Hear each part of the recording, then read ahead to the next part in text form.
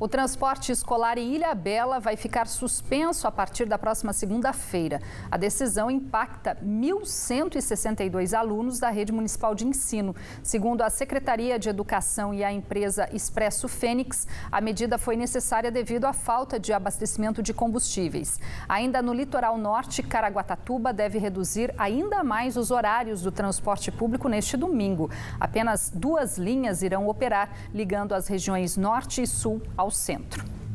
E também por conta da paralisação dos caminhoneiros, o DENIT adiou a interdição total da BR-459 em Piquete, que estava prevista para iniciar na próxima segunda-feira. O bloqueio seria no trecho entre os quilômetros 0 e 13.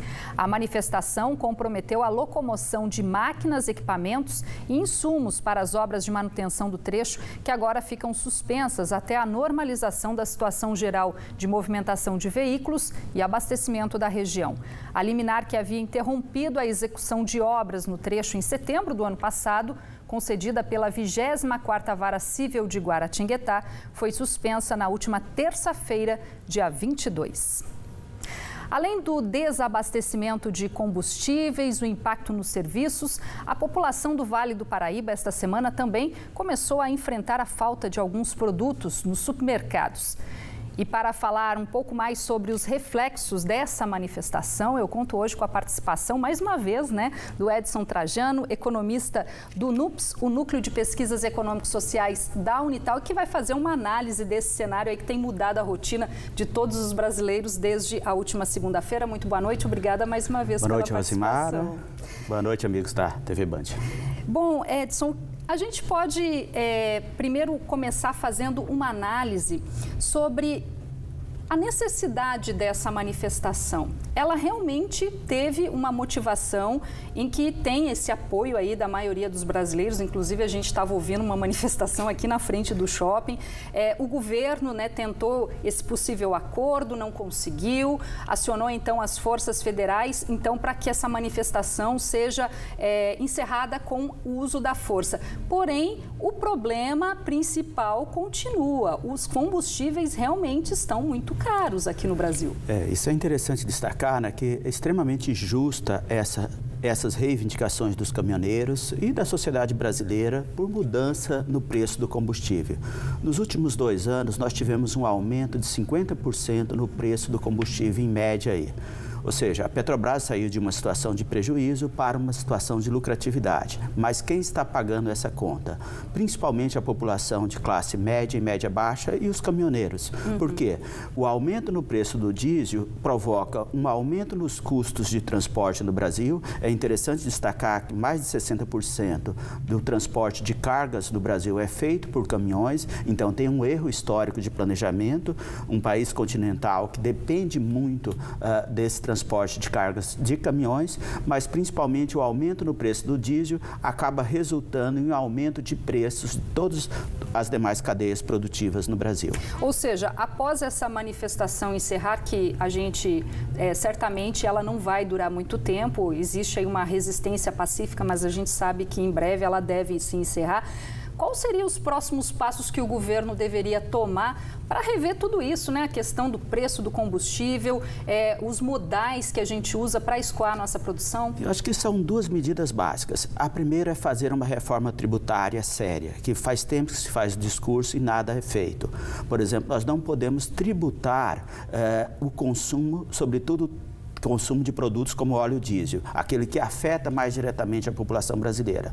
Nós temos que pensar em tributar muito mais a renda, como acontece em todos os países civilizados do mundo. Ou seja, no Brasil você tem uma tributação de renda extremamente baixa, por exemplo, um trabalhador que ganha R$5 mil paga uma carga tributária igual àquele que ganha R$100 mil. Então você precisa tributar aqueles que ganham de fato mais. E principalmente rever a política da Petrobras. Por quê? A Petrobras é uma empresa estatal de economia mista e trabalha em um sistema de monopólio.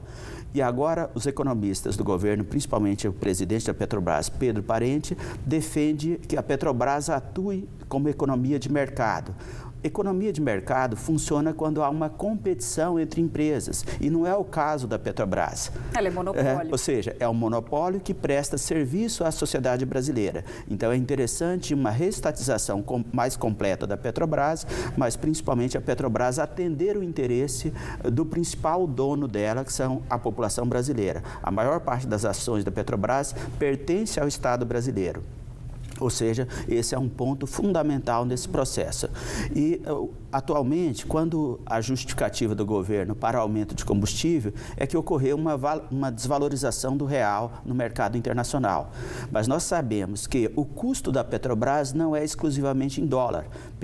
Petroleiros, os trabalhadores de modo geral, ganham salário em reais. E a maior parte da produção de petróleo da Petrobras é nacional. Ou seja, não há necessidade de repassar a desvalorização do câmbio para os preços do combustível no Brasil. Bom, Edson, o nosso tempo está acabando. Para a gente finalizar, o governo atual talvez não vai ter interesse em fazer essa reforma tributária. Talvez, então, seja a hora de cobrar aí os próximos candidatos, né? O governo atual não tem nada o que perder, até porque não tem credibilidade, não tem apoio da população brasileira. É interessante que esse debate esteja presente na eleição presidencial e vamos observar quem são os candidatos que vão fazer propostas que levem à solução desse problema, não só agora no curto prazo, mas principalmente para os próximos anos. O que todos nós esperamos. Muito obrigada mais uma vez pela sua participação e boa noite. Boa noite. E vamos conferir agora a previsão do tempo para este domingo em toda a região.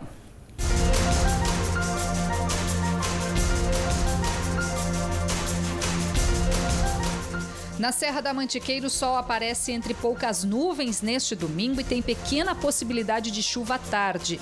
As temperaturas variam entre 7 e 19 graus. No Vale do Paraíba, o sol também aparece entre poucas nuvens, mas as temperaturas se mantêm amenas. A máxima chega aos 22 graus em Paraibuna, 23 em São Luís do Paraitinga e 24 em Cruzeiro e Bananal. No litoral, a previsão é de tempo mais encoberto e chuva em algumas áreas. A máxima chega aos 25 graus em Caraguatatuba e Ubatuba. Taubaté amanheceu com mínima de 15 graus neste sábado e a máxima chegou aos 24. Amanhã, o sol aparece entre poucas nuvens e essa é a tendência para os próximos dias. Mesma previsão para Cunha, onde amanhã os termômetros variam entre 12 e 22 graus.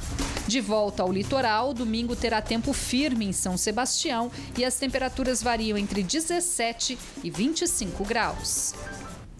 Depois do intervalo, tem as notícias do esporte na região. Joseense goleia União Mogi em partida válida pela abertura do retorno da primeira fase da Bezinha. E a noite de sábado segue com programação cultural aqui na região. Daqui a pouco tem música de graça em Cunha. Os detalhes já já, 7 horas e 12 minutos agora.